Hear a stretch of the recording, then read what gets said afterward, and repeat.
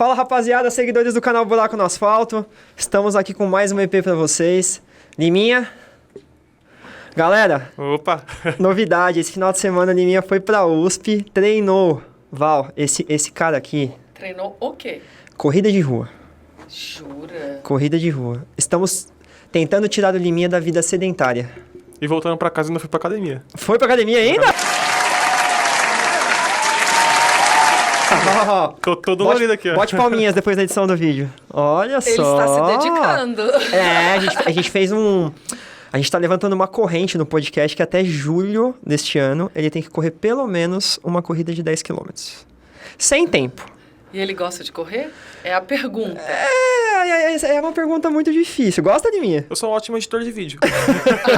Não, sabe por quê? Porque eu também tô nesse processo, já vou começar a falar. Eu tô também nesse processo de encontrar um novo movimento. Porque a musculação, pra mim, tá muito maçante descer pra academia. Mais uma que não gosta. Então, eu também estou nessa busca de um novo movimento, porque a saúde física é muito importante, estar em movimento para longevidade. Eu sei disso, né, há quantos anos. E eu tenho encontrado algumas coisas que têm me despertado para esse exercício físico. Mas a academia tá um pouco... É muito monótono, né? A gente fala que para quem gosta de esporte mais movimento, ação, ir pra academia parece uma prisão pra gente. Não, mas é porque eu acho que eu fiz isso durante pelo menos 25 anos da minha vida. Então, para mim é muito repetitivo. Não é uma coisa que me gera desejo de fazer. Eu preciso fazer, mas eu tô também nesse processo, né, da corrida. Ai, Liminha. Viu? Você tá achando que é só você? Exato. Viu? A coisa leva tempo. Estamos em busca. É isso aí. Né, Liminha? Isso ouvindo dela, o campeão olímpico. Você tá mais tranquilo agora, muito né? mais tranquilo. Ele tá tranquilo, mas é pra continuar buscando esse movimento. Olha, vai. Toma essa cortada aí da nossa atleta. Então, rapaziada, você já viu que a gente começou aqui? Nossa convidada já começou falando. Ela gosta de conversar. Liminha, hoje eu falo que o nosso canal, a gente tá evoluindo gradativamente, muito rápido, trazendo pessoas aqui que, cara, eu nunca imaginei que eu ia conversar na minha vida. Trouxemos já pessoas que têm uma história de vida incrível, perca de peso, saíram de doenças psicológicas, de câncer, entraram numa vida saudável. Eu nunca atletas de corrida, de triatlon, mas eu nunca imaginei que eu ia trazer uma atleta campeã olímpica, foi melhor da posição dela jogando, tá? Não é qualquer atleta que a gente tá trazendo. Não é qualquer uma. Não, é elite. E assim, eu passei meio vergonha, porque eu tive que cumprimentar ela sentada. Porque ela ficou do meu tamanho sentada, galera. Vocês não têm noção do que é isso pra mim. Nem se eu subir no ombro do Liminha, acho que eu fico do tamanho dela. Continuarei sentada durante o nosso programa. Isso, por favor, não faz eu passar vergonha, por favor. Rapaziada, antes de apresentar a nossa convidada queridíssima, pedir pra vocês não esquecerem de deixar a curtida nesse vídeo, compartilhem que a história dessa mulher aqui é sensacional pra vocês. Eu duvido alguém não conhecer ela, mas... vai ter muita coisa bacana, né, Liminha? Claro. Ela vai contar todos os bastidores da carreira profissional dela, pós-carreira. Agora ela é escritora, que tem um livro aí fresquinho saindo pra gente aí pra conhecer um pouco melhor a história dela. Então não esqueçam de deixar a curtida, compartilhe com o maior número de pessoas possíveis que vocês conhecerem, que esse vídeo vai estar sensacional. E antes da gente começar, eu queria deixar um abraço pra Letícia, a nossa psicóloga maravilhosa que indicou ela. Passou o contato e hoje ela tá aqui. Então, Lê, obrigado. Assiste aí, deixa seu like. E hoje ela vai soltar uns segredos seus aqui também, que ela já soltou algumas coisas em off aqui, né? Letícia. Né, Val? Fiquei sabendo de umas novidades aqui que eu não gostei muito, hein? Vamos lá. Liminha, roda a vinheta pra gente apresentar ela e começar esse EP.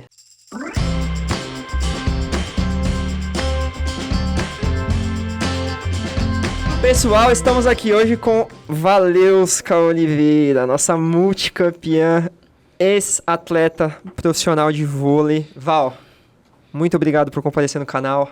Prazer receber você.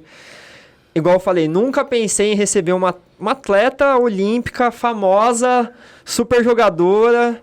Se apresente um pouquinho pra gente e obrigado de coração por ter comparecido no podcast.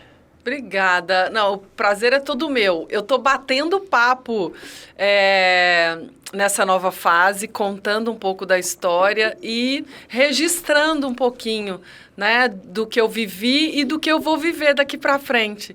Porque o livro traz isso, outras redes, né? Jogar em outras redes agora é essa minha nova fase. Então, obrigada pelo convite. Estaremos aqui falando um pouquinho de documentário também, Último Ato, e desse livro que está muito bacana, que eu tenho rodado, né? Já fiz São Paulo, fiz Belo Horizonte, e essa semana a gente tem Uberlândia. Do início, eu disse hoje, do início ao fim, né? Do Minas Tênis Clube, onde eu comecei, ao Praia Clube, onde eu terminei minha carreira. E agora voltando para Minas para fazer o lançamento oficial do livro, né? Exatamente. Eu fiz no Minas Tênis Clube na semana passada, no dia 8, e agora no próximo dia 15, Uberlândia. Val, vamos começar. Eu tenho várias perguntas para te fazer, então Bora. Vamos ver. Você tendo a carreira inteira de atleta profissional, eu corro já fazem 12 anos, mas nunca nem perto de ser um atleta profissional, sou um atleta amador, me considero um atleta amador, porque eu treino, tenho toda a rotina de treinamento, médico, alimentação, a gente tenta seguir ao máximo possível. Acho que é a rotina que vocês, profissionais, levam muito ao pé da letra. Mas eu queria saber de você, desde quando você era pequenininha, lá atrás, você sempre quis ser jogadora de vôlei? Ou isso foi uma coisa que aconteceu na sua vida? Nossa, imagina, no documentário, a menininha de 12 anos entra no ônibus para ir para o Minas fazer o seu primeiro teste. E aquela menina, eu revivi muito esses momentos gravando o documentário, porque tem uma menininha que me faz com 12 anos no documentário.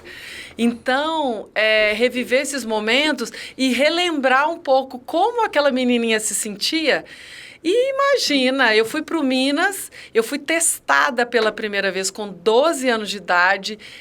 Eu acho que é uma menina ainda sendo testada, muito nova, mas eu não tinha a mínima ideia do que aquilo representava e o que poderia representar dali para frente. Eu fui simplesmente jogar o que eu sabia na escola especializada que eu fazia no Colégio Pampulha. E simplesmente eu fui com uma amiga vizinha fazer esse teste junto e passei. Eu acho que dali começou tudo. Você está me dizendo aí sobre a sua rotina, e eu falo uma coisa no livro que é muito importante para mim.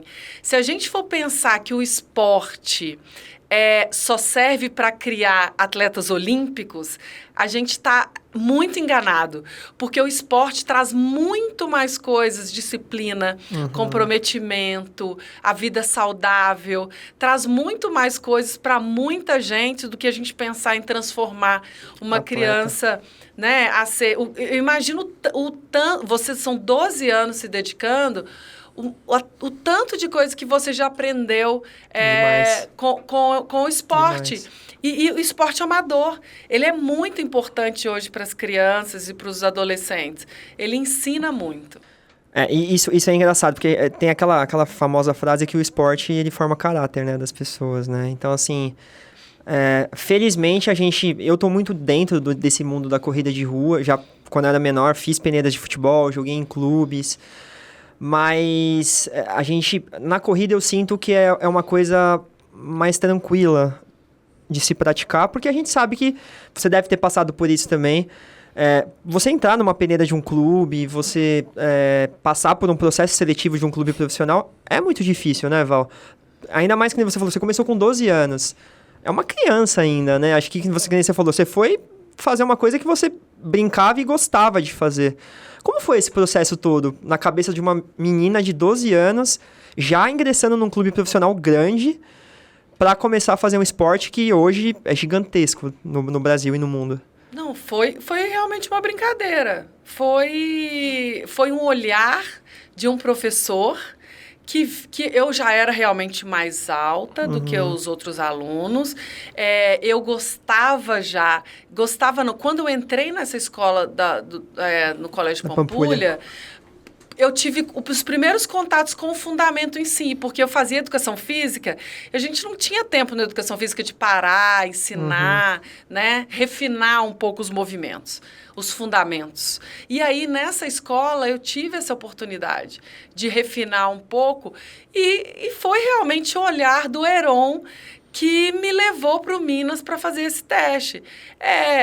Eu não sei se eu entendia muito o que era um teste, o que aquilo poderia me proporcionar, eu não entendi o que era o Minas Tênis Clube naquela época.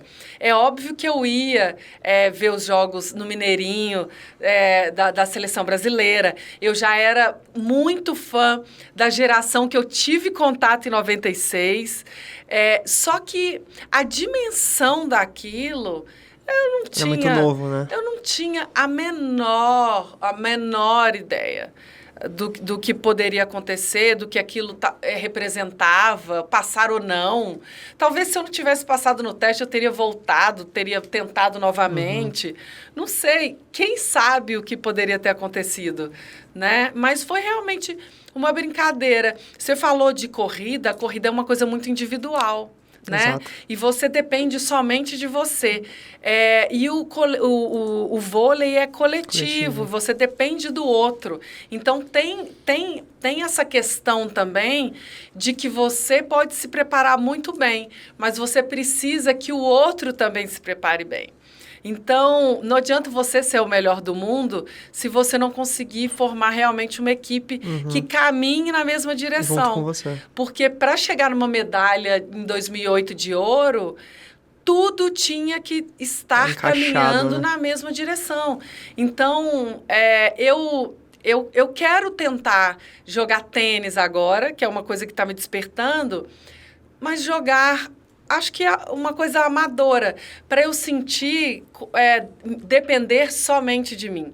Eu acho que é muito diferente você, né, praticar um esporte individual e coletivo. Eu acho que o coletivo também te ensina muito. Você tem que dividir, você tem que respeitar a opinião do outro. Imagina 15 mulheres juntas, junto com comissão técnica, e eu sempre capitã, tendo que administrar... Remediar as coisas. Remediar todo esse processo. Então, aprendizagem, assim, a cada temporada eu aprendia com novas situações que eu tinha que resolver, ponderar, pensar, criar estratégias também da reunião, de como abordar a jogadora, de como eu ia...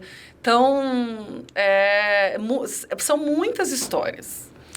Val, você falou essa questão de ser líder, né? De você, desde pequena, ser capitã, estar presente dentro dos times, sendo a líder da equipe mesmo. Desde pequena, você já era desenvolta, falava bem, você tinha esse espírito de liderança dentro de você, ou isso o esporte desencadeou em você também? Como que era isso dentro da Val lá pequenininha? Pequenininha não, né? Você já era pré-adolescente, né? Como que era? Você já tinha esse espírito de liderança dentro de você já? Eu me lembro de organizar já os grupos para jogar o vôlei. Eu gostava de jogar já com os meninos, porque eu via que já tinha possibilidade de enfrentá-los. Tem isso também, né?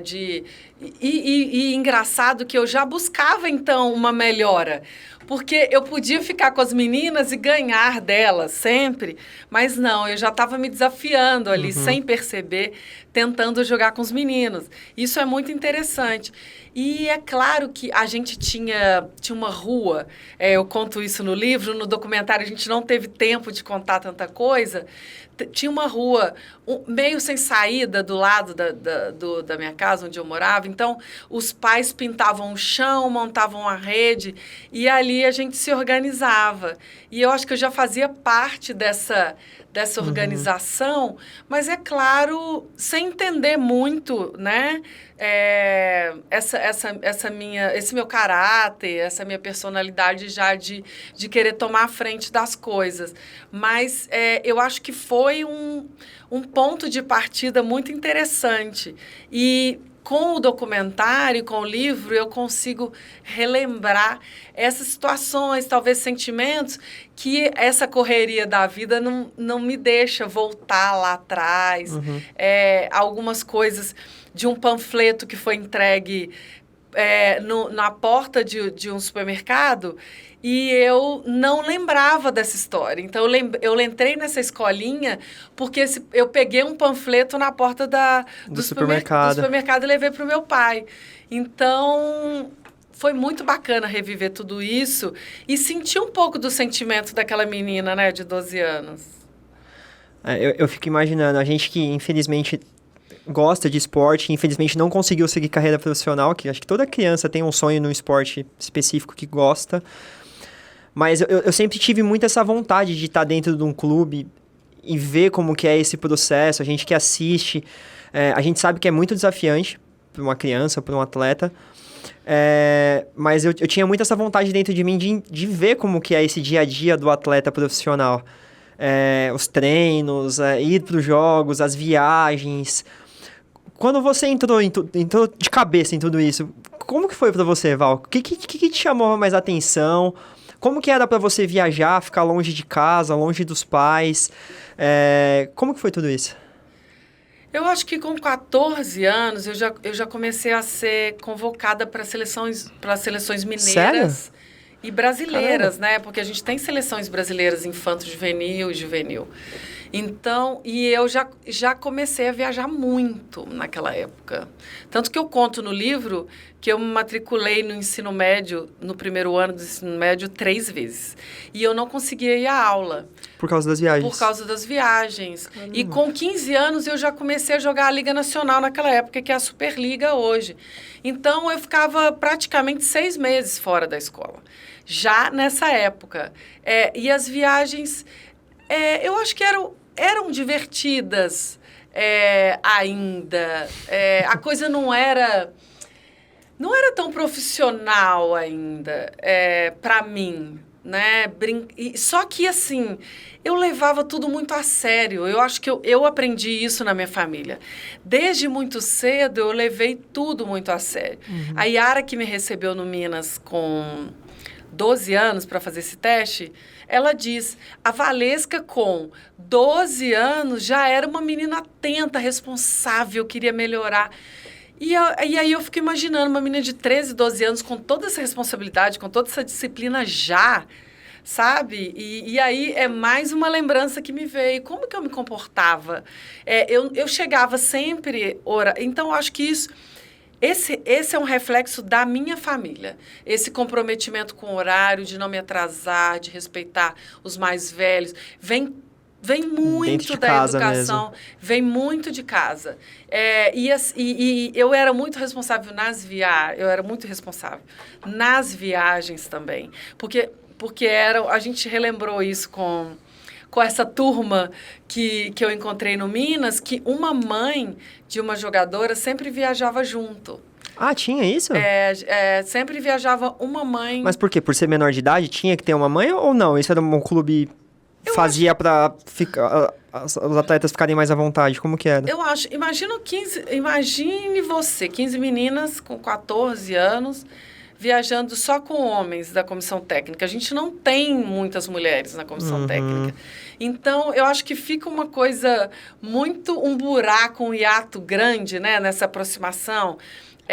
E aí, tendo uma mulher, eu acho que facilitava muito a nossa vida. Então, eles levavam sempre a gente. Eles tinham autorização dos nossos pais, para viajar, claro, mas eu acho que deixava a gente muito mais confortável nessa viagem.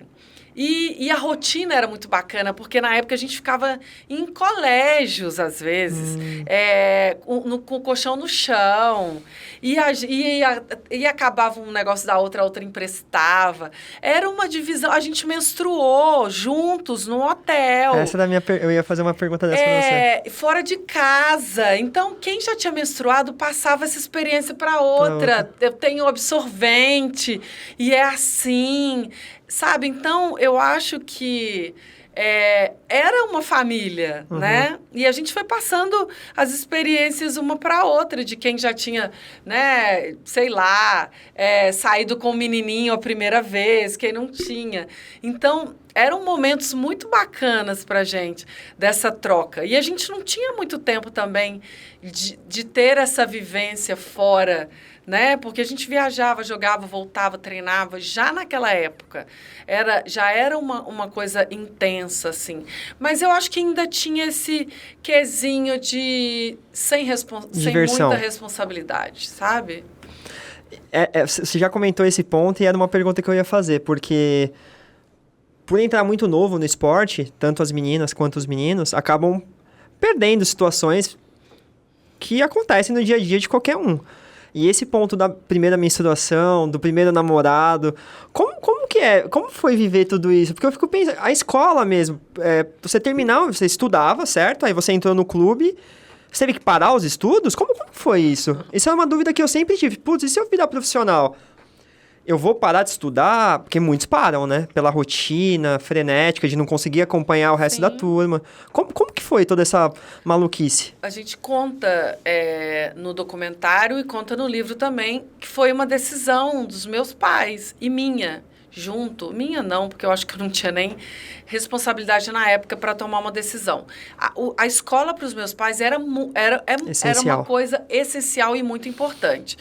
Então, às vezes eu chegava muito tarde dos jogos, talvez meia-noite, 1h, e eu tinha que acordar às 6 para ir para a escola. Uhum. Então, em casa não tinha, estou muito cansada, não vou hoje. Não, você vai, você precisa ir. É uma coisa importante. Então, eu já entendi que aquilo também era importante. Mas, depois dessas 3 matrículas no primeiro ano do ensino médio, que eu não consegui ir ao colégio. E também não adianta chegar no colégio 5 meses depois, porque... Você vai estar atrasado. Hoje a gente não tem aula online e EAD, material, né? E não tinha nada. Né? Era estar ausente da aula. Falta E você não consegue depois acompanhar. Uhum. O processo das aulas, o entendimento. Então, a minha mãe foi chamada ao colégio e ela fala, Dona Cida, não está dando, minha mãe fala isso no documentário, a Valesca não está conseguindo conciliar as duas coisas, ela vai ter que tomar uma decisão. E ela não, os meus pais tomaram a decisão de que eu sairia da escola. E como foi isso? Para você? E, sinceramente, eu me perguntava, por que não consigo conciliar as duas coisas? Porque realmente eu não conseguia. Porque o Brasil não tem uma estrutura, como os Estados Unidos têm, que os atletas conseguem conciliar isso. Você disse, muitos atletas pararam de estudar. Eu tive que, depois de anos, correr atrás, fazer um supletivo. O Bernardinho me deixava sair do treino um pouco mais cedo para eu acompanhar as aulas à noite, cansada.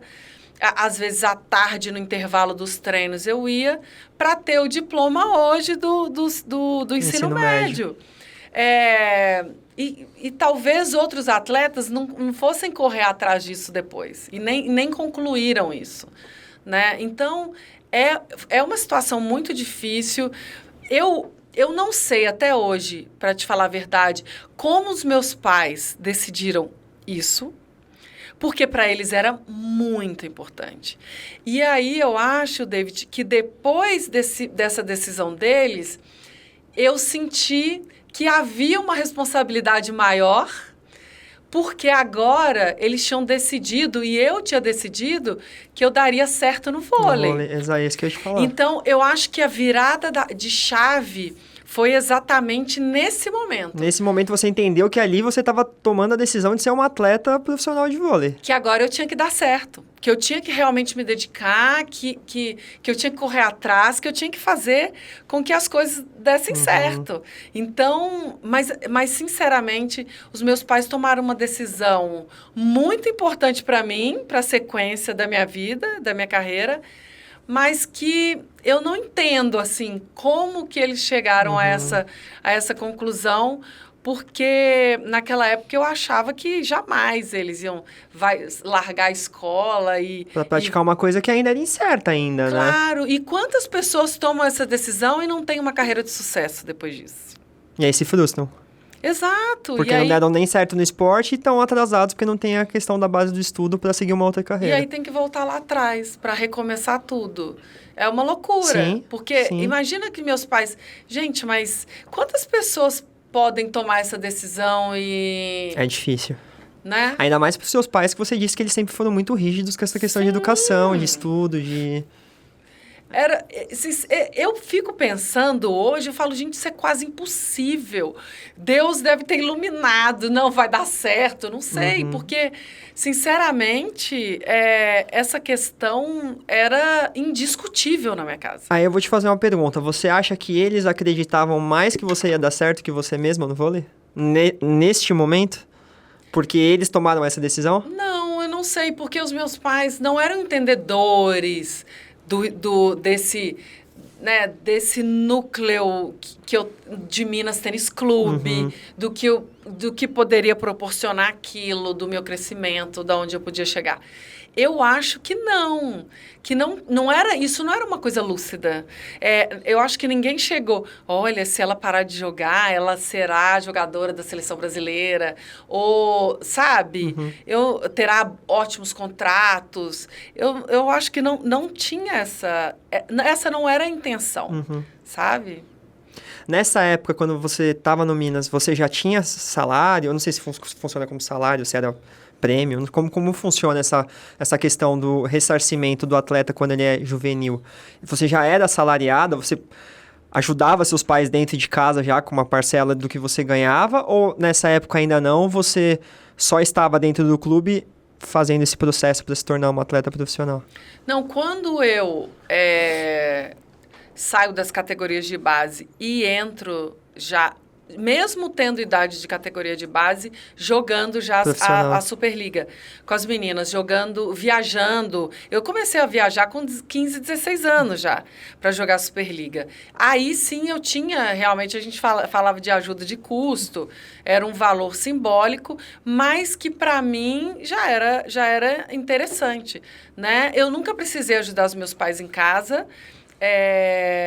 Eles sempre contribuíram muito para que tudo desse certo. Então, era simplesmente um valor que eu usava nas viagens, com despesas de viagem. Comprava as minhas coisas, é claro, na época, lembre-se. Eu acho que o meu primeiro salário, eu comprei um Discman naquela época. Você lembra disso? Lembro. Exatamente. Aqueles fonezinhos redondinhos. Prendia aqui em cima. E o CD que tocava naquele aparelho. Que coisa mais pré-histórica isso. Você falar pra uma criança hoje em dia, o que é um super-herói? Exato. Então, assim, eram custos... eu usava para os meus custos pessoais e nas viagens também. Mas meu pai, antes disso, sempre custeou com tudo. Então, você tinha essa tranquilidade. Porque, assim, a gente acompanha hoje a maioria dos atletas de base que entram nos esportes. Eu vejo que os pais depositam muita... não só os pais, mas acho que tem casos que até a família, né? Deposita tanta confiança naquilo que o menino tem que dar certo. É muita pressão para ele dar certo, porque ele é o sustento, possível sustento, que vai carregar uma família toda. Sim. Então, é legal isso, você falando que seus pais tinham uma condição para se manter... E não depositavam toda essa carga pesada em você como criança para trazer esse dinheiro para casa, né? Eu nunca tive essa pressão de ter que... Mesmo depois que eu saí da escola, a pressão eu acho que era muito mais pessoal, interna, de ter que dar certo do que deles. Eu nunca ouvi isso dos meus pais. Que, não, agora você... Simplesmente o meu entendimento com a decisão deles de sair da escola me deu a responsabilidade, mas eu acho que foi uma coisa muito minha. Meus pais não falaram, você está saindo da escola, agora você precisa virar uma jogadora profissional. Eles nunca falaram isso. Então, essa pressão de ter que dar certo, de ter que levar o dinheiro para casa, eu nunca tive. E eu acho até... A gente fala muito de saúde mental hoje. Imagina para um menino hoje começando a jogar vôlei já com essa pressão, com 12, 11 anos. Imagina quando ele tiver 17, 18 anos, como que esse menino... né? Vai ser, né? E a gente não trata isso, né? A saúde mental no esporte, a gente não tem um profissional junto com a gente para tratar. A gente tem falado muito desse tema ultimamente, porque eu acho que essa nova geração trouxe muito isso à tona, né? Muita gente tem abandonado os times, vindo a público falar que está com problema de depressão, com ansiedade. Então, essa nova geração tem falado mais desse tema. E me perguntaram já, como que vocês se relacionavam, então, naquela época? A gente se relacionava chorando e conversando com a pessoa mais experiente. Era assim que a gente resolvia. Que era o técnico, Val, na época ou não? Não, com outras jogadoras mais experientes, né? Vocês se apoiavam em pessoas mais velhas que vocês do time para ter essa ajuda psicológica suporte, que não era nem profissional, né? Exato. Era um bate-papo, realmente. Exato. Era a nossa terapia. No bate-papo, chorar, falar do que está sentindo. E era assim que a gente se resolvia. Imagine você que se a gente, talvez, se essa nova geração, a gente fala muito disso, tendo um profissional... Por que esse profissional não é tão importante quanto o técnico, a preparação física, o fisioterapeuta? A gente conversou muito disso com a Alê. Da falta do especialista em apoiar o atleta profissional. Principalmente no período de base dele, que é onde você tem várias incertezas, ainda mais hoje em dia, com essa questão de ansiedade, acho que todo mundo sofre com um pouquinho de ansiedade. Então, a gente conversou sobre a importância de ter esse profissional, só que, infelizmente, ainda os clubes... não enxergam como tão fundamental isso dentro do clube, Mas vão ter que enxergar. Porque, imagine na Copa do Mundo aquele menino que bateu o pênalti e errou.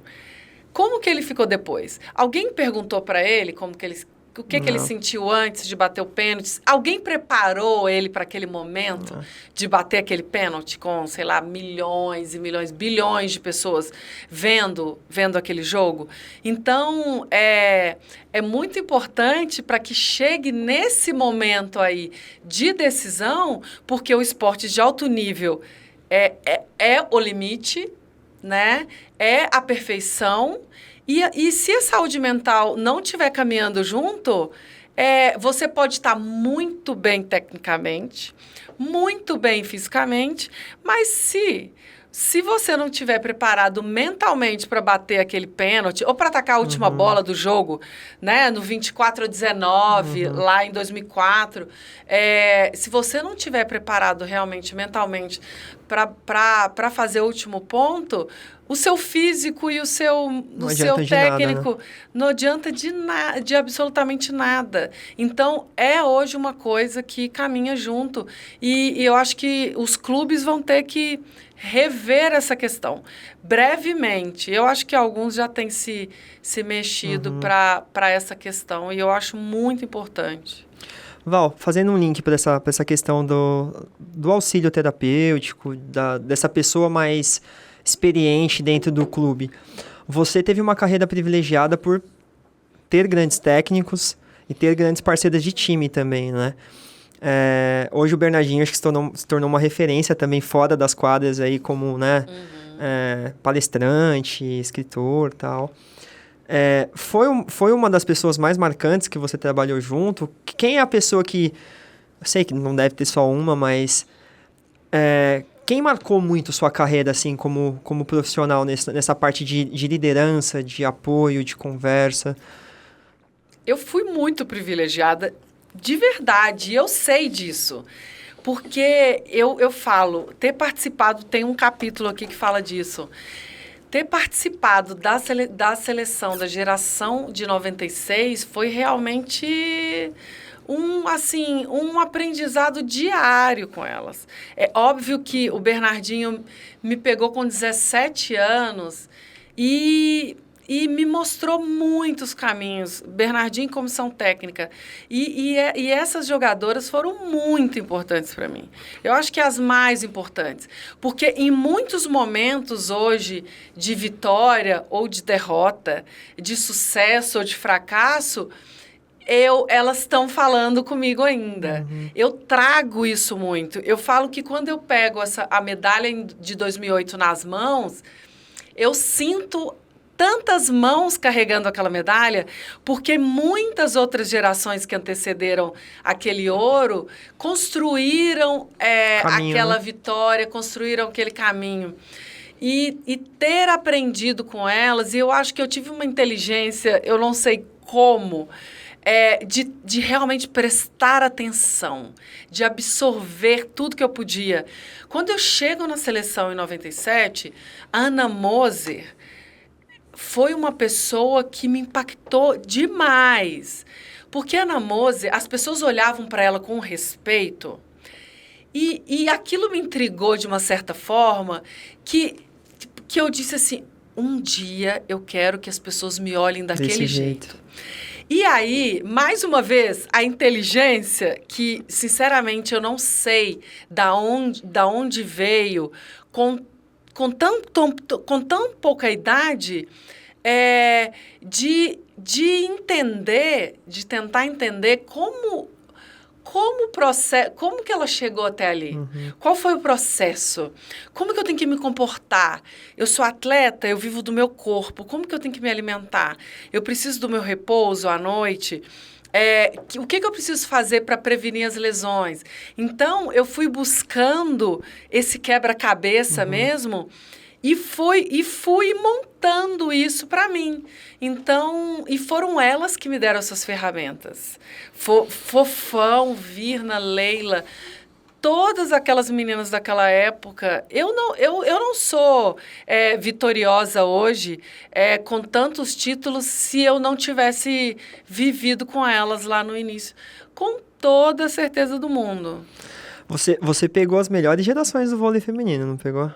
Tanto a de 98, depois quando passando os tempos, grandes jogadoras que você acabou jogando junto. Eu acho que a gente que acompanha um pouquinho do vôlei, do esporte, vimos grandes atletas aí ao seu lado e acho que a geração que vocês jogaram era tipo... Eu acho que, na verdade, trazendo uma experiência própria, eu comecei a assistir mais vôlei por causa dessas gerações. Começou a ficar mais... Na escola, as pessoas começaram a gostar mais do vôlei. Não, porque tem... Vamos perguntar a idade do Davi? Eu tenho 32. 32. Eu tenho 10 a mais que isso. Pouco. Pouquíssimo.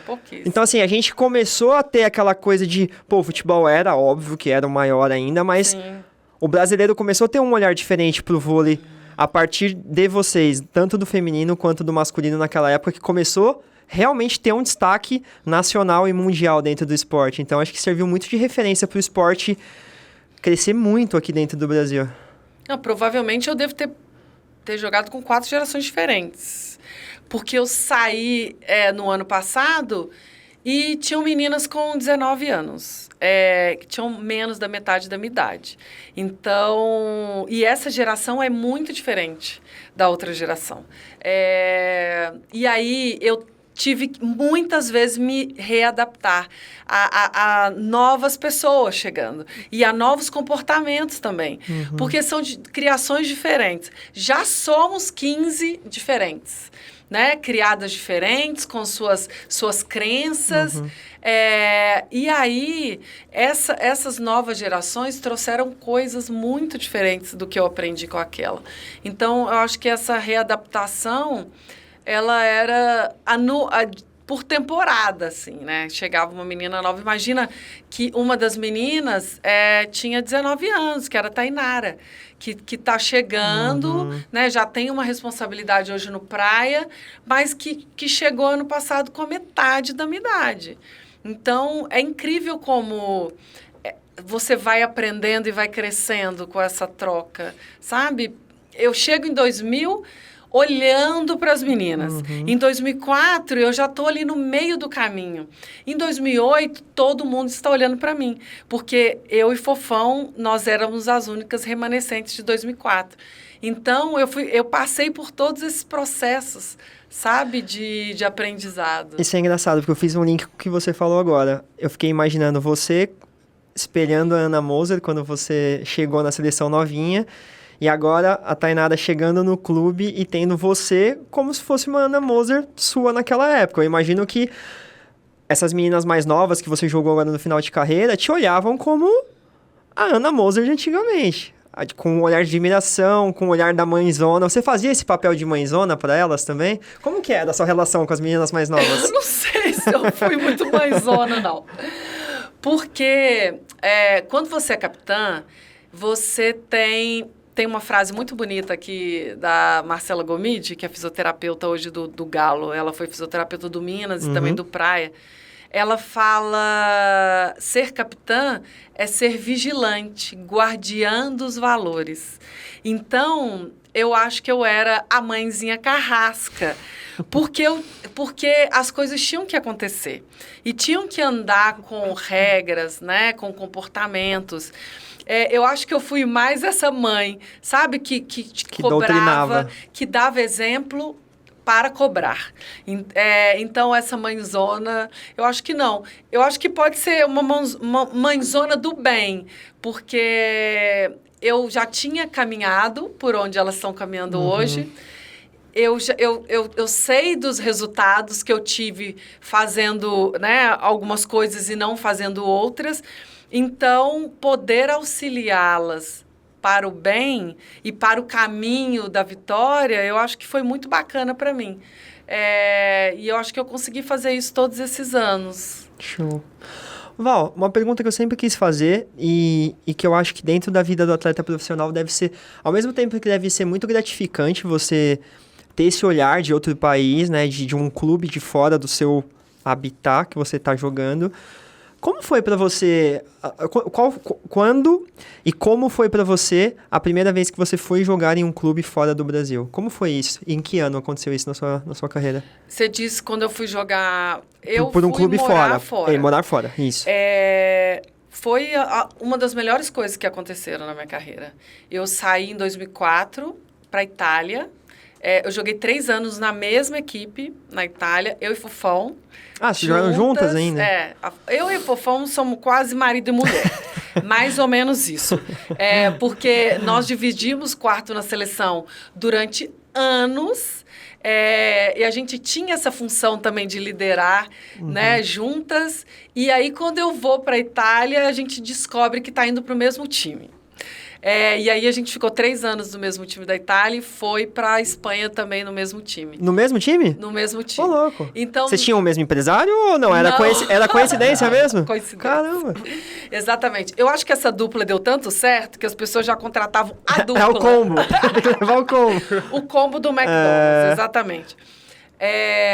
Então, quando eu chego na Itália, naquela época de 2004... a Itália tinha o maior campeonato de voleibol do mundo. Todas as melhores estrangeiras jogavam na Itália.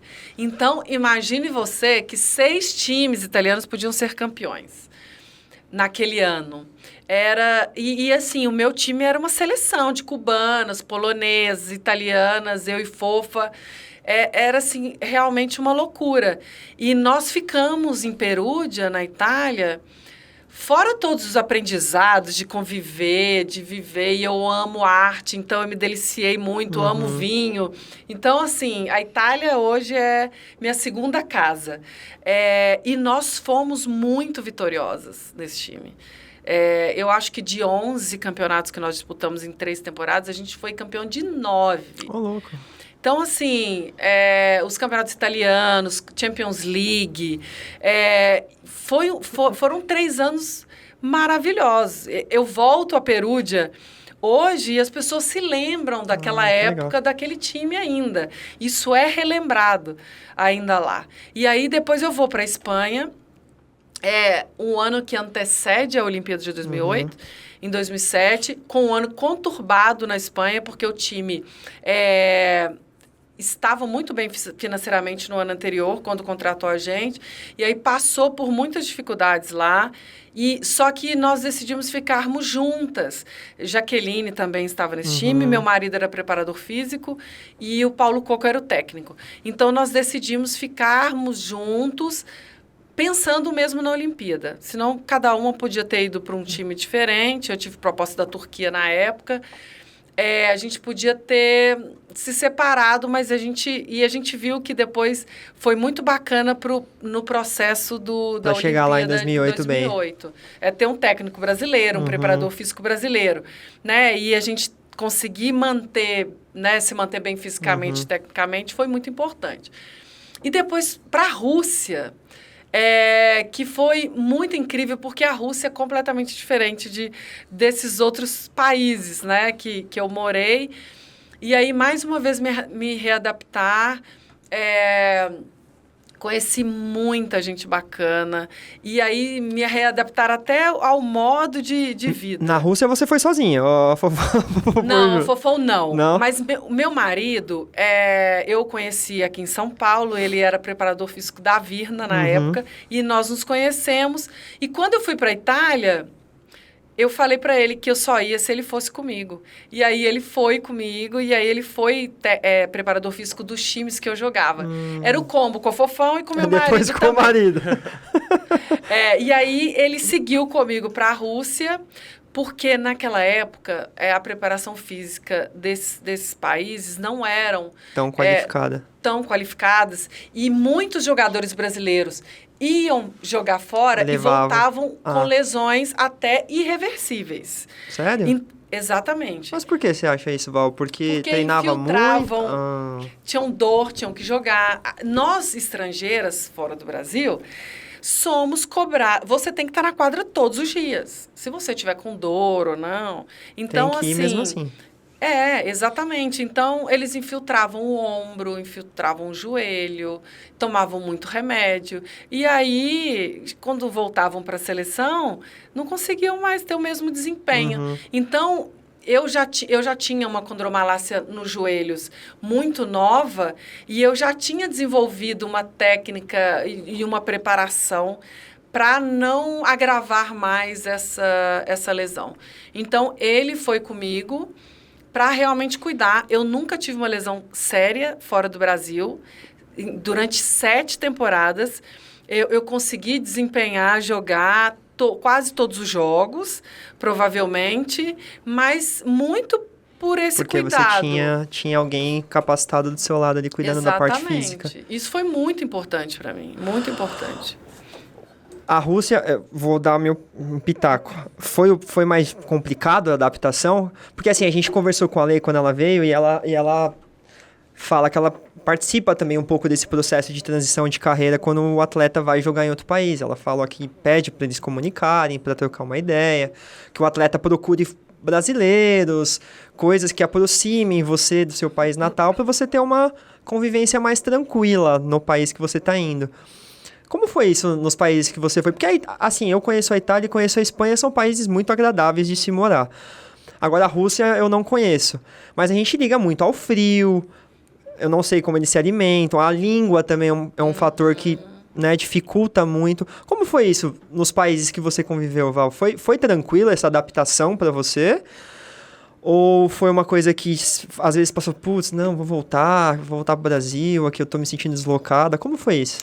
Eu acho que esses 4 anos antes de Itália e Espanha me prepararam muito. É claro que 2 horas da tarde tá tudo escuro, você não é muito habituado. Isso na Rússia? Na Rússia. Nossa. 2 horas da tarde não tem sol mais. Não é muito triste? É triste. E as pessoas, elas não têm esse contato nem visual, porque você tá sempre de luva, de touca, né? Tem aquelas toucas que deixam só o olho para fora, porque realmente faz menos 30 graus, menos 24 graus. É uma readaptação total, assim. Só que engraçado que algumas atletas russas foram muito simpáticas comigo. É mesmo? Viraram amigas, vieram pro meu casamento em 2010. Caramba! Vieram pro Brasil para assistir meu casamento em 2010. Porque era uma das principais... na época, tinha uma rivalidade grande em Rússia e Brasil, Sim, né? Sim, porque... Rússia, Brasil e Cuba. Imagina, eu fui para lá em 2008, a gente tinha perdido o Mundial, a gente tinha perdido vários campeonatos importantes para a Rússia, né? Eu joguei com a Sokolova também, que era um ícone da Rússia, nesse clube que eu fui jogar em Odintsovo. O Giba jogava lá na época no masculino. Mas na Rússia, a gente não encontra muito brasileiro. E talvez,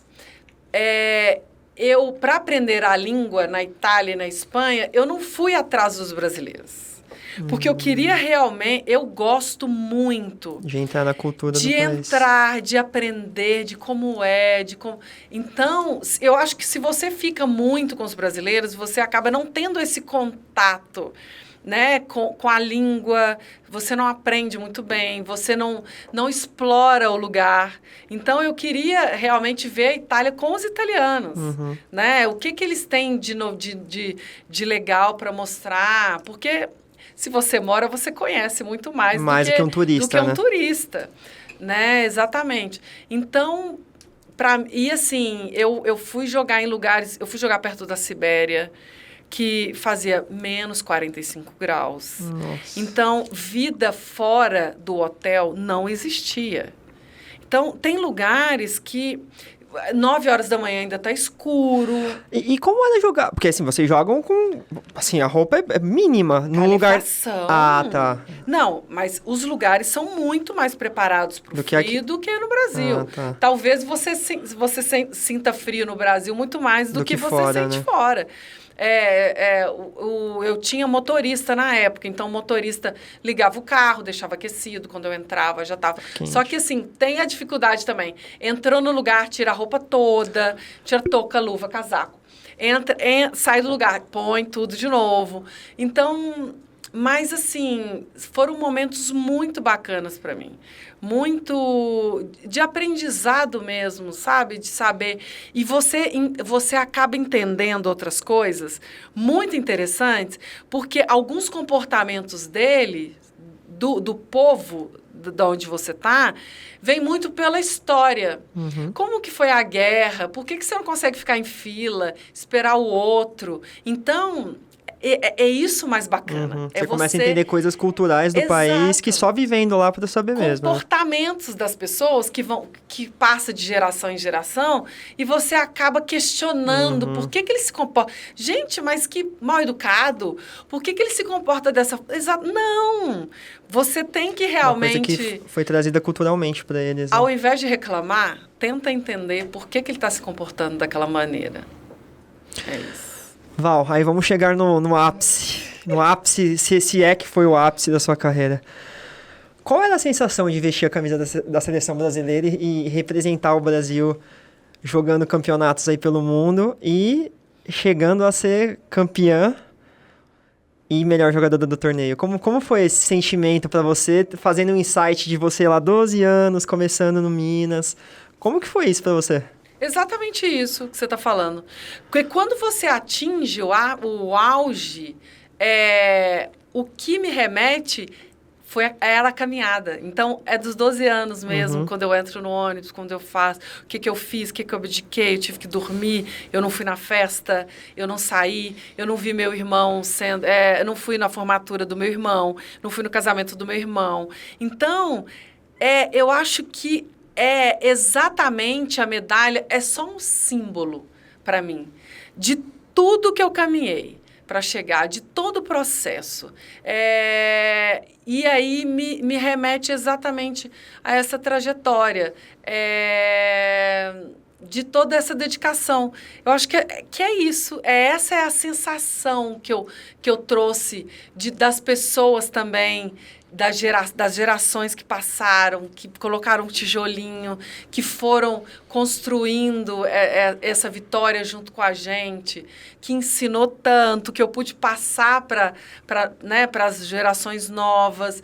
Então, são muitas histórias e muitas mãos mesmo que vão construindo para chegar naquela medalha. E aí, aquela geração tem o privilégio de segurar aquela medalha e coroar todo o processo e toda a caminhada de muitas outras que antecederam, né, essa medalha de ouro. Quando a ficha caiu para você que você era uma referência mundial no vôlei? Principalmente aqui dentro do Brasil. Quando essa ficha para você caiu assim e falou assim, caramba, eu sou hoje a Val, capitã da seleção, referência, uma das melhores jogadoras da minha posição, idolatrada, crianças hoje me assistem e talvez se inspiram em mim para daqui 10, 15 anos se tornarem o que eu sou hoje? Eu acho que nem são as medalhas. É ver no olhar das pessoas que elas estão me olhando como eu vi elas olhando a Ana Moser. Eu acho que isso é a coisa mais importante. Para mim, a coisa mais importante é o que eu deixei. É como as pessoas me enxergam. Isso é muito mais importante que todas as medalhas que eu tenho. Então, o que eu fiz? Qual é o legado que eu posso deixar? Exato. O legado que eu posso deixar não são as medalhas. O legado que eu posso deixar é ver o comprometimento nas pessoas, a disciplina, em como elas encaram os jogos, o treino, o dia a dia, de como elas constroem, de como as pessoas me olhavam quando eu chegava antes no treino, quando eu ia embora por último. Eu acho que são esses aprendizados que são os mais importantes.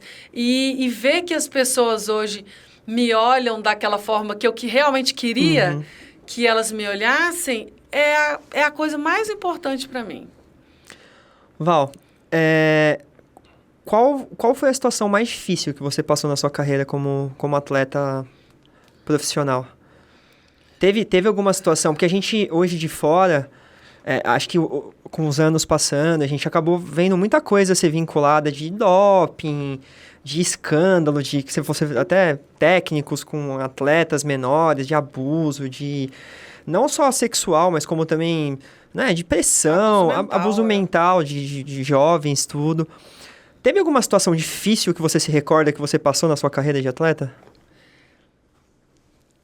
Eu acho que 2004, quando a gente perdeu em Atenas 24-19, eu acho que a gente teve que rever um pouco tudo que a gente tinha feito. E isso é muito dolorido. Claro que depois a gente entende que a gente não fez tudo errado, que muitas coisas deveriam ser transformadas e feitas de uma outra forma, mas esse aprendizado ele é muito dolorido. Né? E aprender também que aquele não daquele 24-19 não era definitivo. Você realmente... E aquele ciclo a gente caiu e levantou inúmeras vezes. E foi um momento muito difícil. Foi um momento eu acho que de maior dedicação da minha vida, porque quando eu saí de 2004... Eu tenho um sentimento de que muitas jogadoras ficaram para trás, porque muitas não teriam mais chance de disputar uma nova. Seria a última chance ali, né? Não teriam uma nova chance de reverter isso em 2008. E eu acho que eu carreguei isso comigo. Eu tinha que fazer diferente de alguma forma. Eu e Fofão, Zé Roberto, comissão técnica, a gente tinha que acertar. A gente tinha que entender o que tinha acontecido para fazer diferente. Então, eu acho que esse processo foi muito massacrante para a gente. E eu me lembro, eu deixei a seleção em 2008, depois da vitória. E com o documentário, com o livro, escrevendo e vendo as imagens, eu acho que eu estava tão exausta em 2008, depois de de ter passado por tudo que foi feito para a gente conseguir a medalha de ouro, que eu realmente precisava... A minha decisão foi realmente cuidar um pouco mais da minha família, continuar jogando fora do Brasil. E eu não conseguia mais conciliar. Eu estava realmente exausta de conciliar a seleção brasileira, tomando toda a minha energia, com família, amigos, marido e jogar fora. Porque eu já estava 4 anos fora. Quando eu decido ir para a Rússia, eu me coloco... ou seleção brasileira, ou continua jogando na Rússia, ou vai jogar na Rússia, né? Porque foi em 2008 que eu...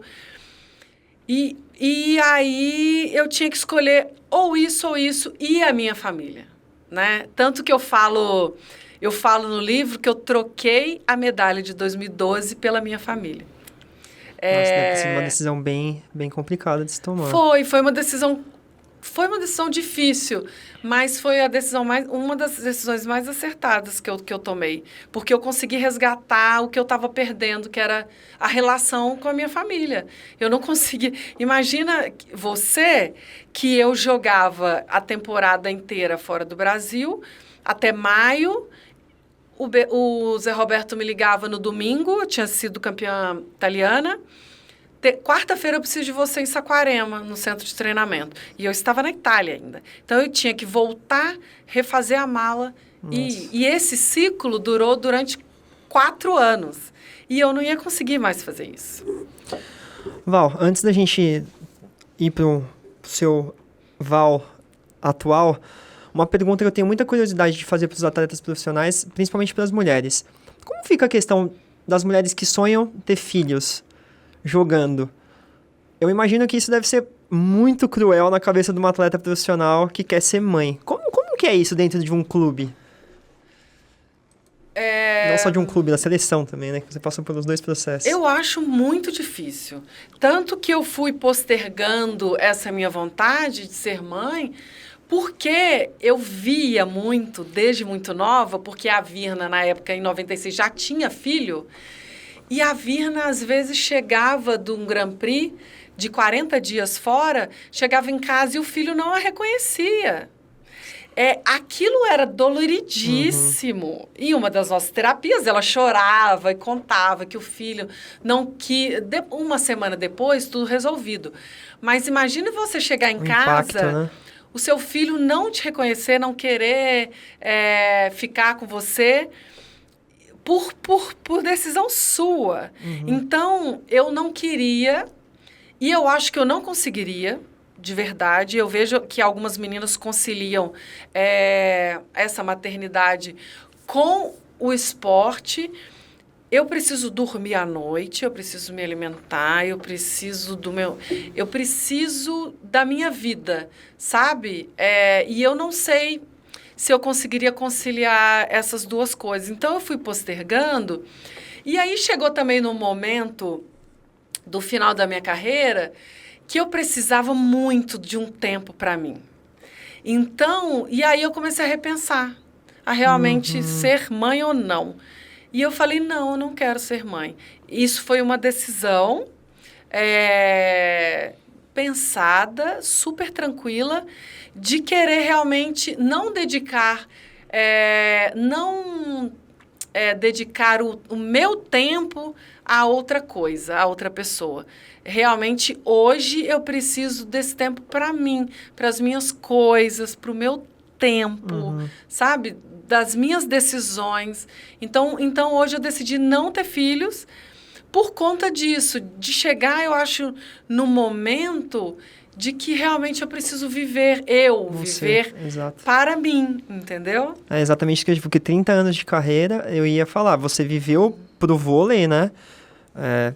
Você tem que se abdicar de muita coisa em prol do esporte, da sua carreira profissional. E aí, no momento que você decide parar, é exatamente isso. Eu fico pensando, eu vou trocar um compromisso que eu tinha, porque ser mãe hoje é se doar. É se doar, sim. Acho que igual ou até mais do que quando você jogava. E eu não faria diferente, porque se eu escolho fazer alguma coisa, eu realmente faço 100%. Então, eu ia de novo me colocar em segundo plano, talvez. Eu ia realmente me dedicar 100% a uma outra coisa que, claro, deve ser uma coisa magnífica, importante, maravilhosa, mas eu preciso hoje desse respiro, sabe? Desse meu tempo. Sim. Então, é uma decisão... As pessoas falam, mas se você se arrepender... Se eu me arrepender, tem muitas outras formas de ser mãe hoje em dia, daqui a 1, 2, 3 anos, 5 anos, 10, né? A gente pode... muito mais tranquilo hoje em dia, né? Agora vamos para o seu Val atual. Como foi o processo? Foi até um ponto que a gente conversou com a Lê, que deve ser uma decisão muito difícil, muito dura para o atleta profissional. Como foi o seu encerramento de carreira? Quando você realmente se tocou, assim, falou assim, caramba, meu corpo acho que não aguenta mais, eu preciso parar. Como foi isso para você? Porque deve ser muito, muito complicado para um atleta profissional que ficou tanto tempo na carreira, tomar essa decisão de falar assim, eu preciso parar. Antes que o meu final de carreira seja tão ruim que apague, não que apague, mas que não termine do jeito que foi toda a sua carreira brilhante. Como foi isso pra você? Não, eu acho que foi um processo. Eu acho que nos meus últimos 3 anos, eu não pensava se eu vou jogar mais um. Simplesmente acabava a temporada e eu falava, não, eu consigo jogar mais um. E aí eu assinava um contrato para uma próxima temporada. E aí e isso foi acontecendo. Eu acho que tem um certo momento, pelo menos comigo aconteceu, que eu comecei a prestar atenção em coisas fora do vôlei que não me chamavam tanta atenção. E aí você vai se descolando, eu acho, e você já vai sentindo a sede de aprender outras coisas, de conversar com outras pessoas, de estar em outros ambientes. E isso foi acontecendo comigo. Quando eu tomei a decisão, não, eu vou jogar minha última temporada esse ano, foi para mim muito bacana, porque eu consegui, desde o primeiro momento, me despedir. Então, eu não tive aquela sensação de que eu acho que agora eu vou ter que parar. Não, eu estou parando. Então, eu me despedi da primeira apresentação. Eu falei, gente, é a última vez que eu estou me apresentando. É a última vez que eu vou fazer uma pré-temporada. Vamos fazer umas camisetas comemorativas, vamos fazer um logo, Eu entreguei camisetas comemorativas para todas as outras equipes em agradecimento por terem me recebido a favor ou contra, né? E aí a gente conseguiu sortear. Eu acho que foi uma festa, assim. Eu fui me despedindo gradativamente, eu consegui reunir quase 20 pessoas no meu último jogo, dos meus grandes amigos e minha família. E tem tudo isso documentado também.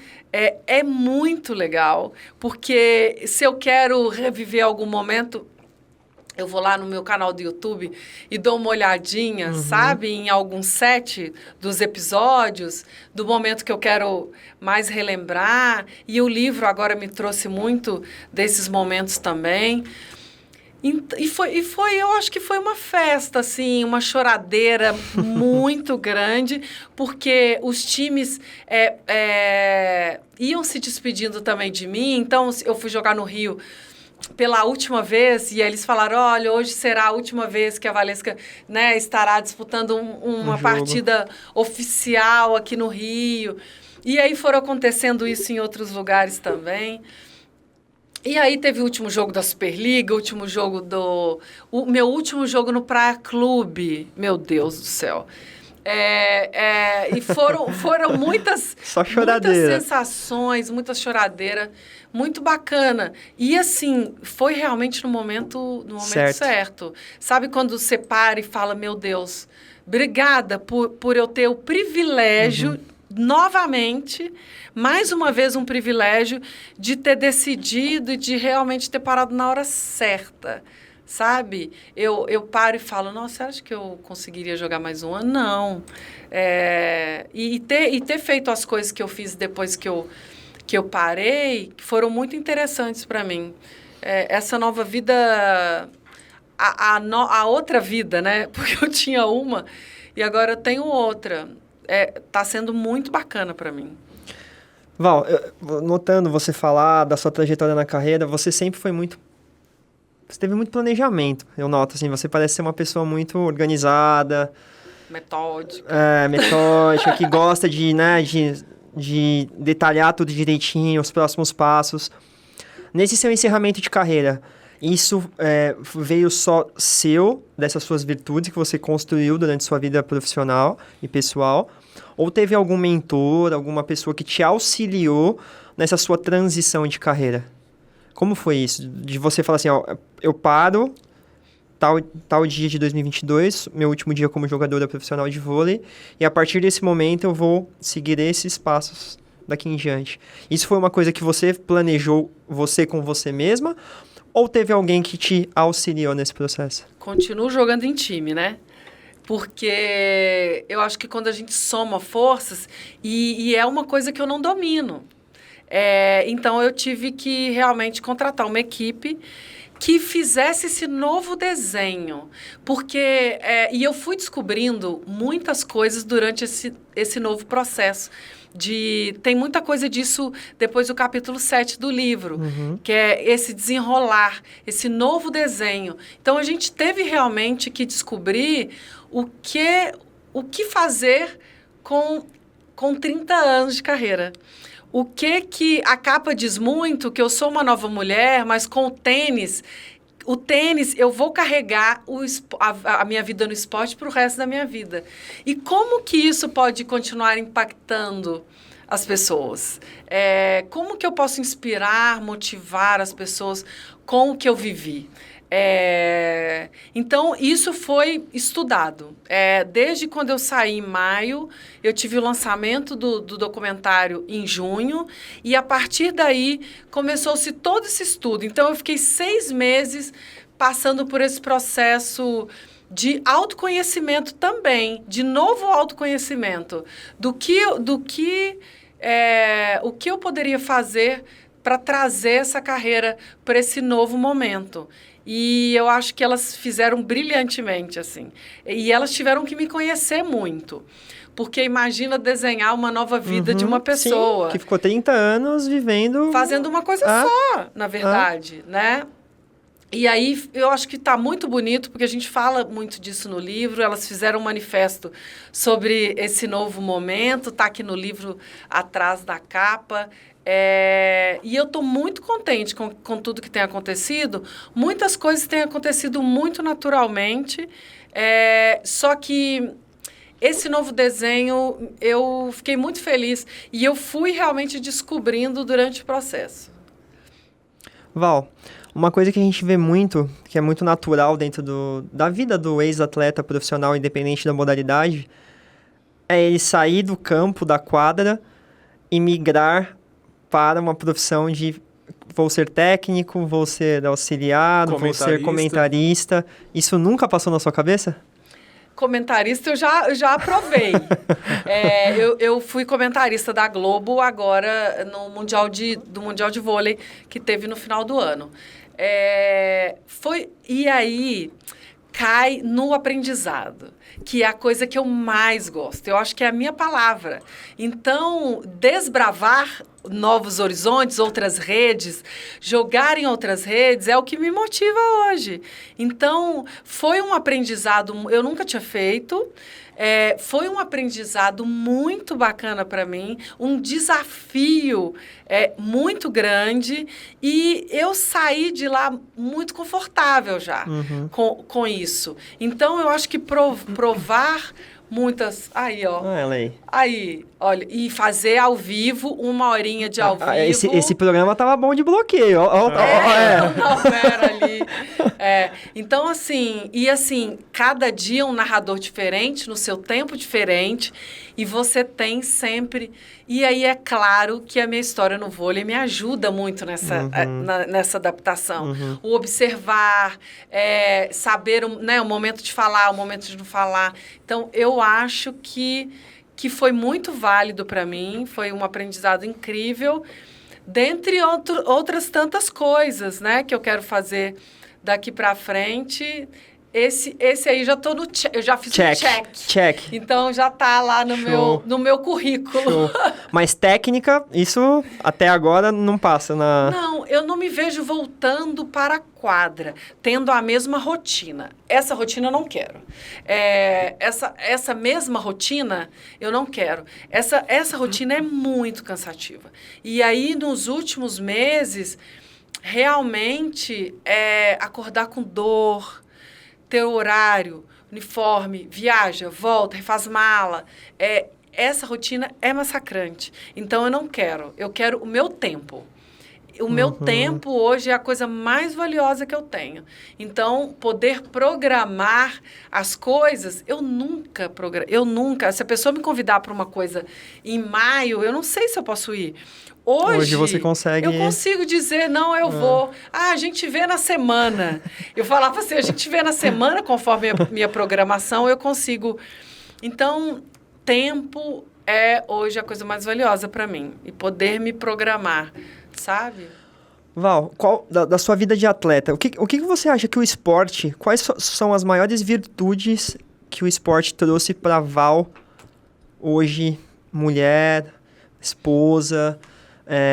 profissional, entrando em outras áreas. O que o esporte te trouxe de maior virtude e que pode trazer até para quem não participa de um esporte profissional? Porque eu acho que a história do esporte, ela se comunica muito em todas as áreas. Respeitar o outro, ouvir, é uma das coisas... Eu, como capitã, eu tinha que respeitar a opinião de todas as pessoas. Eram 15 opiniões diferentes. Então, as diferenças, respeitar as diferenças. Você não precisa concordar com o outro, mas você precisa respeitar a opinião dele. Uhum. E compartilhar também. Compartilhar todos os momentos. Eu acho que saber construir estratégias para chegar no seu objetivo, que aí a gente está dentro de uma empresa, isso é muito importante dentro de todas as empresas. Saber chegar no seu objetivo, bater metas, como chegar ao seu objetivo, né? Se motivar também diariamente. Por que eu estou levantando, indo para o treino hoje? Ter essa motivação externa, mas também interna. Então, o que eu te disse, o vôlei ensina muito mais do que simplesmente ganhar uma medalha, né? Muitas pessoas... Manter a saúde também, mesmo fora das quadras, eu me alimento bem,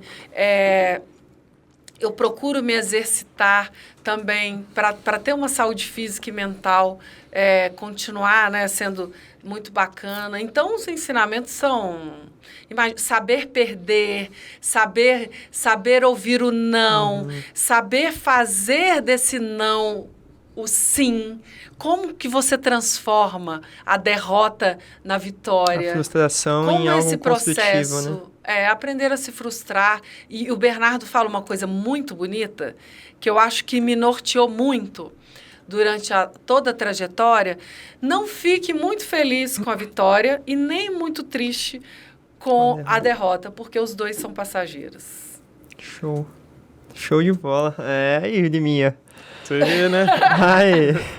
Val, a gente começou um quadro nos nossos podcasts, nos últimos episódios, que é um toca aqui rápido. Então, perguntas rápidas. Você toca e eu ataco.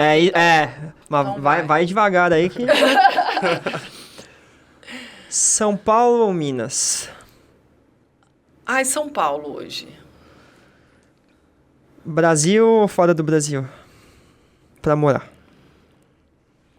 Caramba, que difícil. Pode ser metade? Não. Não pode? Não. Não, Brasil, né? Brasil? Jogar em clube ou jogar em seleção? Seleção. Trabalhar com líderes homens ou com líder mulher? Eu gostaria de trabalhar com líderes mulheres. Deixa eu pensar aqui agora. E aí, Liminha, me ajuda aí, mano. Vai. Vamos. Treinar ou jogar? Treinar. Sério? Porque o jogo fica muito mais fácil quando você treina bem. Exatamente. Eu sou muito da preparação. Eu percebi. Eu percebi pela sua... A preparação é muito mais importante do que o jogo em si. Isso é importante. Isso é importante salientar, porque a gente... Hoje, eu praticando um esporte individual, que é individual, mas eu falo que não é porque você tem que ter o acompanhamento técnico do seu treinador, do seu fisioterapeuta, do seu nutricionista.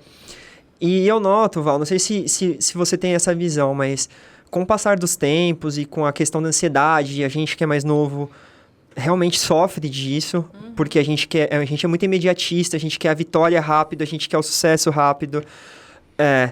E com a vinda das redes sociais, principalmente do Instagram... Potencializou muito. Muito. A gente vive de curtida, a gente vive de, sabe, de recebidos, a gente quer ser reconhecido. Eu acho que não só dentro de casa. Antigamente, quando eu era mais novo, a gente tinha muito aquela questão do reconhecimento dos pais, que eu acho que também você deve ter passado por isso. Mas acho que para essa galera mais nova, eles não querem mais o reconhecimento dentro de casa, eles querem o reconhecimento da internet, das marcas. Eles querem ser famosos de alguma maneira e a internet acho que veio para ajudar e para atrapalhar muito isso. E acho que você, como uma ex-atleta que viveu tudo isso e viveu, tipo, alto rendimento, de fato, falar isso é importante, porque as pessoas hoje querem o sucesso, querem chegar no topo. E nem sabem como vão conseguir isso. Exatamente. E não querem treinar. Não querem passar o grande problema. Pelo processo, né? E eu falo, isso tem muito no livro. Se pergunte diariamente, eu lembro que eu escrevi, se pergunte diariamente o que você pode fazer hoje para construir o seu objetivo final. Porque é hoje que vai determinar o que vai acontecer daqui a 2 anos, eu não sei, do seu objetivo curto, longo prazo. Uhum. Então, o que você está fazendo hoje é que vai somar e determinar o que vai acontecer. Então, eu acho que as pessoas hoje não entendem o processo. Para tudo na vida tem um processo. Eu falei, você não vai ganhar uma medalha se você não estiver preparado. Se você não fizer que todos da sua equipe estejam preparados. Isso, se o seu nutricionista não te passou a coisa correta, se o seu médico não te examinou bem, se seu técnico me passou as instruções dos adversários que você precisava saber, tudo isso tem que funcionar para que você vença. Então, eu falo mesmo que a preparação é muito mais importante do que o jogo final. Porque quando você se prepara para uma prova, muito bem, você chega na prova muito mais confiante no que vai acontecer. E você já... Não, mas eu treinei bem isso aqui. Então vai dar certo, né? Do que você estar em casa sem fazer nada e você vai dormiu bem, dormiu mal, comeu mal, vamos para o jogo. Não tem como dar certo. Né? As coisas somadas, feitas ali no dia a dia corretamente, é que vão te levar para esse resultado e para esse sucesso que todo mundo quer alcançar hoje. Eu falo uma coisa no livro, por que é tão incômodo para a gente estar em casa sem fazer nada, sem produzir? Porque não estar produzindo hoje com essa velocidade te deixa ocioso. Inerte, né? E aí parece que você não está participando da vida, mas isso também é saudável, né? Você se desconectar um pouco do telefone, se desligar, se autoconhecer, sentir a respiração, como que você se sentir às vezes. Eu acho que essa ansiedade demais é porque hoje você não consegue nem prestar atenção na sua respiração. Você não tem um momento seu, só seu, sem telefone, sem absolutamente nada. Então, eu fiz muito uso da yoga e de meditação durante toda a minha carreira e esse momento era muito importante para a minha volta no outro dia. Sabe? Esse esvaziar para encher de novo, ele é fundamental. Porque senão a gente vai enchendo o saco e vai explodir. Uma hora ele vai explodir. Então, essas técnicas, elas são muito importantes para auxiliar você a manter a concentração, a se desligar um pouco, a se concentrar, a pensar um pouco em você, em como foi seu dia, como que eu posso transformar, esse meu dia foi assim, e amanhã? Como que eu posso mudar isso no dia de amanhã? Então, eu acho que esse pensamento, a gente nunca tá sozinho, né? As pessoas... Eu não estou falando de solidão, eu estou falando de estar presente, mas sozinho, com você. Eu acho isso muito importante. Caramba. Val, deixa eu te fazer uma pergunta, já interrompendo. Vai lá, Liminha, manda. Tipo, você teve trajetória no vôlei e tal. Quando que surgiu a ideia de fazer o livro? A ideia de fazer o livro foi... O documentário termina eu saindo da quadra de costas, indo embora. E o livro me deu a oportunidade de contar para as pessoas.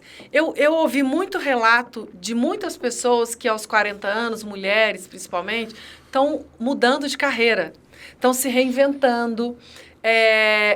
E até mulheres de 60 anos estão meio perdidas no que estão fazendo, estão procurando outra coisa. Então, eu acho que foi uma maneira de, com o meu processo, vivenciando, porque eu acho muito importante você falar do que você viveu. Eu acho que hoje tem muitas pessoas falando de coisas que leram no livro, que não viveram. Então, a propriedade que eu tenho é que eu vivi esse momento durante 6 meses, dessa transição. Quais foram os meus sentimentos, minhas dúvidas, meus medos? Então, eu pude contar isso a partir do capítulo 7. Como que foi sair da quadra e me reinventar, me redesenhar.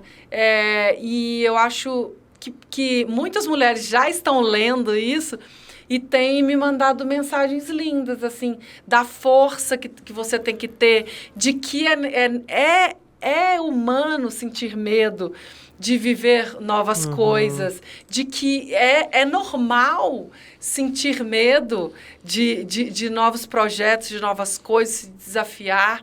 Então, é muito bacana para mim conseguir contar o que eu já vivi e o que eu estou vivendo no momento. E eu espero que ajude muita gente.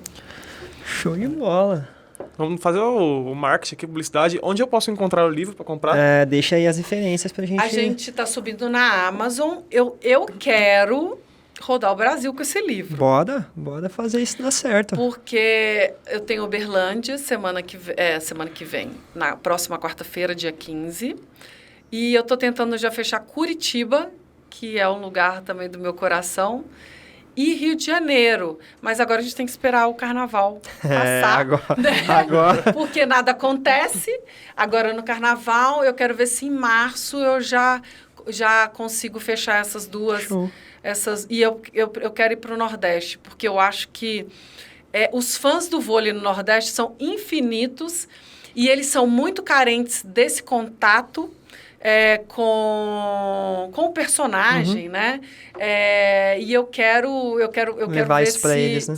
eu quero levar e ter esse contato com eles lá. Então no Amazon a gente consegue encontrar o livro pra compra. Essa semana a gente está subindo lá na Amazon pra Show. venda. Depois a gente pega o link. Deixa o link na pega descrição. o link e bota na descrição do vídeo pra galera. Acho que hoje já tem esse link, hein? Ótimo. Aí a gente coloca na descrição do vídeo. Val, só agradecer. Eu acho que, nossa, acho que vai ser um dos episódios que vai ter mais insights, assim, positivos pra quem pratica esporte, pra quem não pratica, pra quem quer praticar, pra quem tá desanimado, pra quem já foi atleta, pra quem é atleta amador como eu sou, que não deixa de ser um atleta, que a gente sabe que é difícil. A gente sempre pede pro nosso convidado deixar uma mensagem para quem tá assistindo a gente. A gente tem um público grande do outro lado ali assistindo e tem gente passando por coisa que a gente nem imagina. Mas hoje eu queria que você deixasse um recado especial para as mulheres. O que você hoje poderia deixar de recado para as mulheres que estão do outro lado que... eu não posso porque eu sou mãe. Eu não posso porque eu tenho essa limitação. Eu não posso porque meu marido não deixa. Eu não posso porque eu tô acima do peso. Então, qual mensagem você deixaria para esse público que tá com uma limitação e gostaria de ter uma vida diferente, ter uma carreira diferente, não só no esporte, mas também na vida? Eu acho que... Eu escrevi no livro que a Mulher Maravilha não existe. E ela não existe. Tá vendo aí, né, mãe? A gente não dá conta de tudo. Não tem como dar conta de tudo. Se você quer focar no profissional, a vida familiar, ela vai ficar... escanteado um pouco. Vai ficar né, um tempo ali para escanteio. Mas eu acho muito importante, porque tem uma coisa no meu livro muito bacana, a força do pensamento, ela é muito, muito poderosa.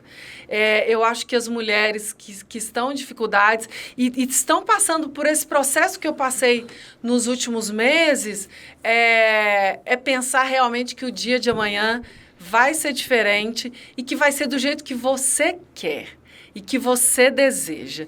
E aí, dentro disso, buscar as ferramentas para você ir construindo esse seu grande objetivo. Né? A gente não vai fugir do vôlei de novo para eu falar sobre isso, mas é a construção diária do seu pensamento, o que você está fazendo hoje para transformar a sua vida. Você está fora do peso?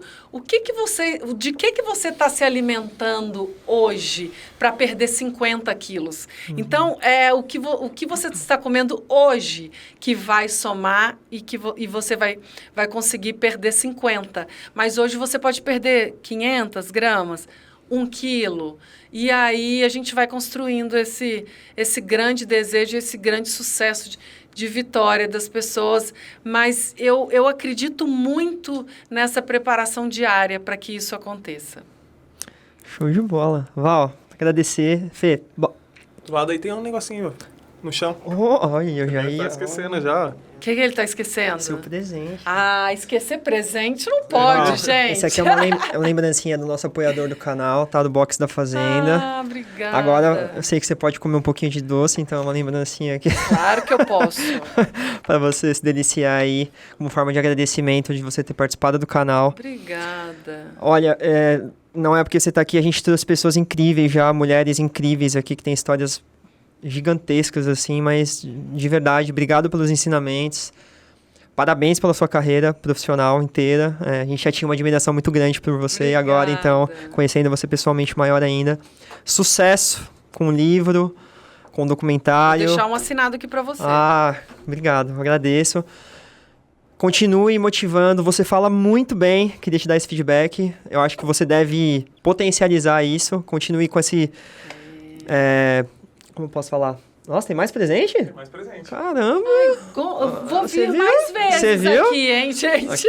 Essa aqui é uma camisetinha do canal pra você. Obrigada. Quando você for fazer seu treino, jogar tênis.